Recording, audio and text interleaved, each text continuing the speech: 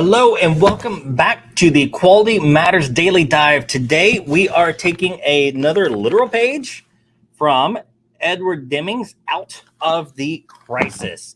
We're going to be taking a look actually at a video clip of a rare full-length interview that Dr. Deming conducted in 1984, and it blows my mind how we're dealing with the same issues today. It's as if we as a culture, as a country, as managers just have a hard time learning what we need to learn. Instead, we so often focus on what we want to learn. And is that not true of human nature to begin with? So I guess I don't have too large of a critique there, but lots and lots that we can and should learn from.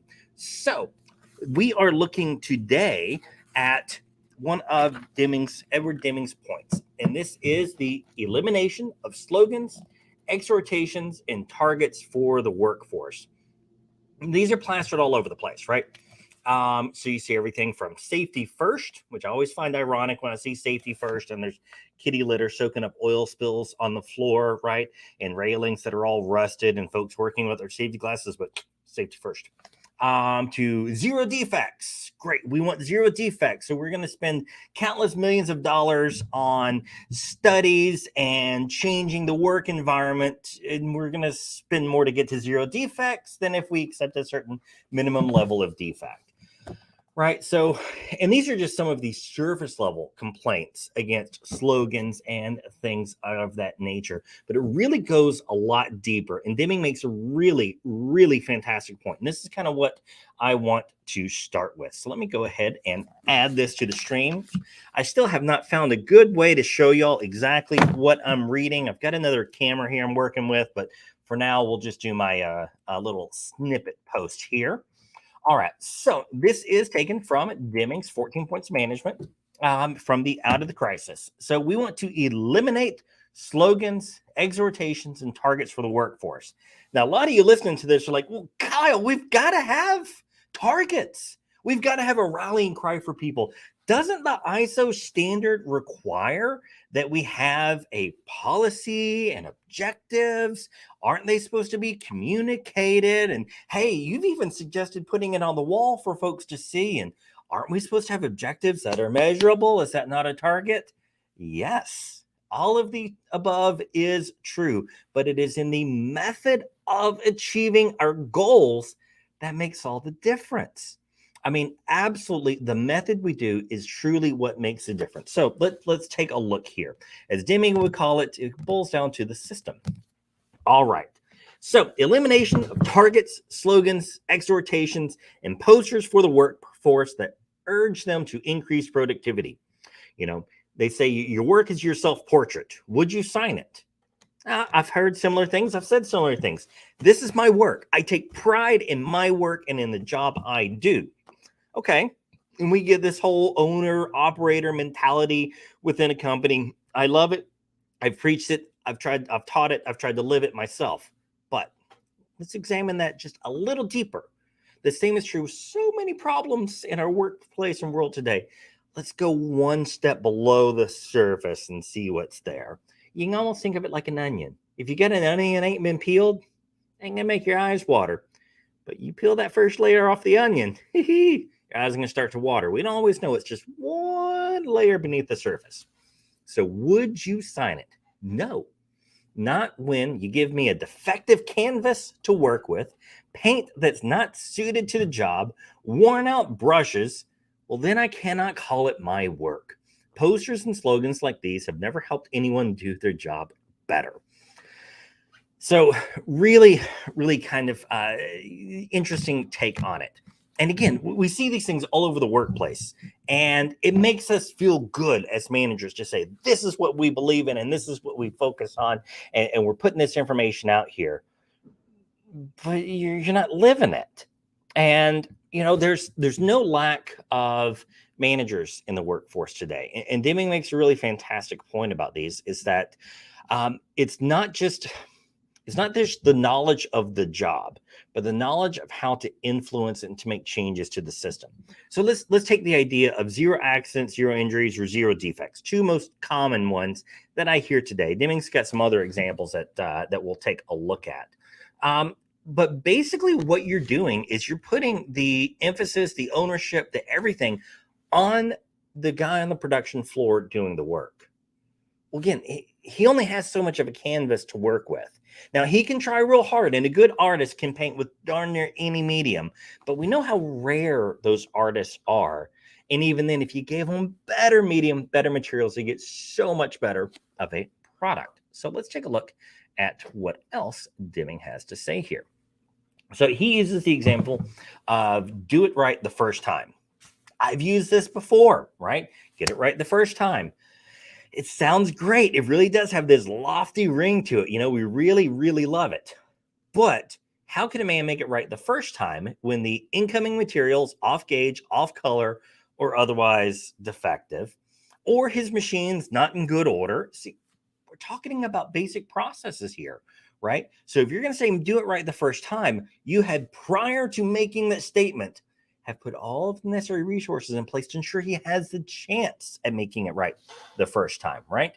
So if his machine's not in good order or the measuring instruments are not trustworthy, right, then this is just another meaningless slogan. You know, getting better together. Let's get together as a team and do it awesome. Well, production workers have said that this slogan makes them furious. Together, what is that when no one will listen to our problems or suggestions? So again, these are issues that we run into a lot. And so we've talked about on here and on the this traditional podcast about some of the things that we've suggested folks do better. In fact, yesterday, we talked about just one of those tools, the QHSE walkthrough. This is a way to get you as management in the middle of production for a brief period of time, understand the work they're doing, extrapolate a little bit about what they know, and work together and share information. And these are the ways that we're going to make things better. Unfortunately, though, a lot of this has to do with a really poor culture and in America in specific, unfortunately, when it comes to management. You know, there's so much more better things that we can do, the better ways to do it. And unfortunately, we like the quick solution. Deming also makes a point here to call it instant pudding, right? So we want instant pudding. I want to go to a 3-day seminar and I want to pay for a handful of procedures. And then I just want things to work, right? Like I've got the knowledge, we've got the tools. Why isn't it working? It takes time. And it really boils down to that. It just takes time. So let's see if we can hear directly from Deming himself. See the responsibility is an act, and that doesn't mean that the results will always be good, great, or that they'll take place immediately. Of course, a lot of management, when they think that something can be done, is looking for instant pudding, not knowing that, in my estimation, it will take 3 decades for American industry to stabilize. There'll have to be a lot of changes in management, a lot of changes in government. But a lot will have to happen to see the responsibilities and act. And that... All right, sorry, got set there on a little bit of a loop, but it's a valid point. Now, he made this comment in 1984. It'd take 3 decades for American industry to get back on track. And I say all of this as a strong advocate for small businesses. Small businesses are and have been the backbone of our nation. Even if you're working for a large business, don't tune this out and think, oh, this doesn't apply to me. I guarantee you 3/4 of your suppliers are a small or mid-sized business. And what have we seen happen in the last 3 decades? American manufacturing, American business has failed to live up to these ideals of good and proper management. And so what's happened? We've outsourced everything overseas, outsourced it to Mexico and Central America and to China and all of these other nations. And I'm not saying that those are inherently a problem. I'm saying that the problem is that we as managers, owners, and operators here have failed to latch on to some of these critical ideas that will make success possible for us. And I think this is an incredibly important point to review and address and discuss right now in light of the what really appears to be a looming recession on the in the future. And even if not recession, we're going through very odd, difficult times and have been for years now. So we've got to make certain that we are managing our companies in a way that makes it sustainable for a long time to come. Problem there, though, is we don't get results overnight. We so often want those immediate results, the immediate gratification. Again, that's human nature. We all want that. But how can we do better? What are some things we can do, some consistent effort that we can put in place? So let's take a look at one more clip here. This will be the last one today, I promise you. But definitely check out the entire video. It is well worth it. Now, my wife, Darcy, she talks about how incredibly boring and difficult it is to listen to Deming. I don't deny he is incredibly dry. We might have actually listened to his ideas in the 80s if and read more of his book and took more of it to heart if he wasn't so dry. But, you know, still, knowledge is knowledge. Let's take a listen here. What has been learned, and with help. I mean, it's a big job. Management has no idea how big the job is, nor how long it will take. But I'm telling you, a lot of activity will have to be obvious within 2 years. Or the decline will bend down what has been learned, and with help. There we go. So the point he was making here is it takes at least 2 years to put these changes in place, to make these improvements. And, you know, we get calls at Texas Quality Assurance quite often from folks looking to get certified. And so what we tell them is we can put everything you need in place and we can get it done fairly quickly.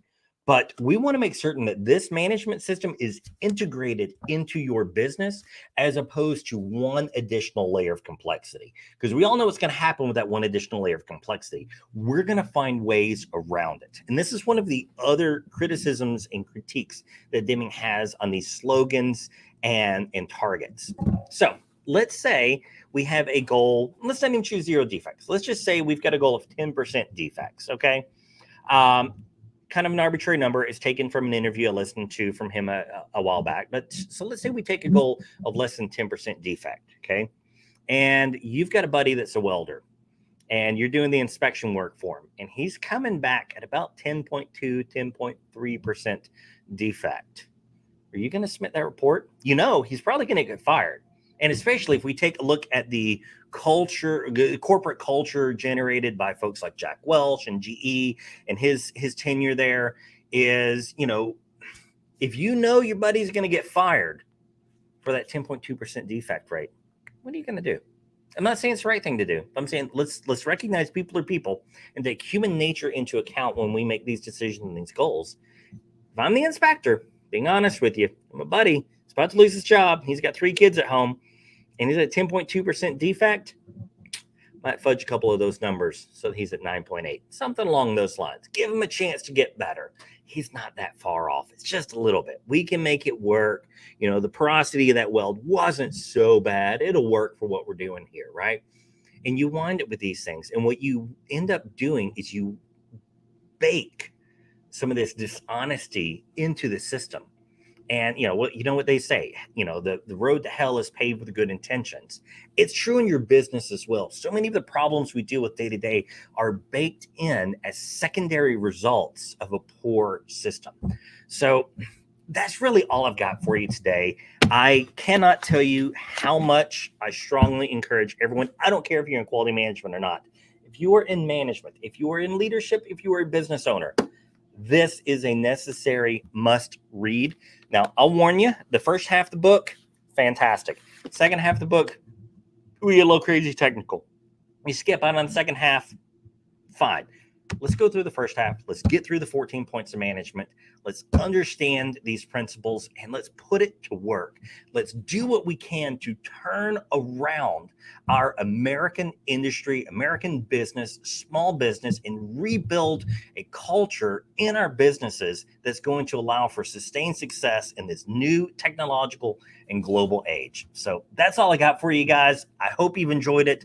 Leave your comments below. I'd love to hear from you. Y'all take care.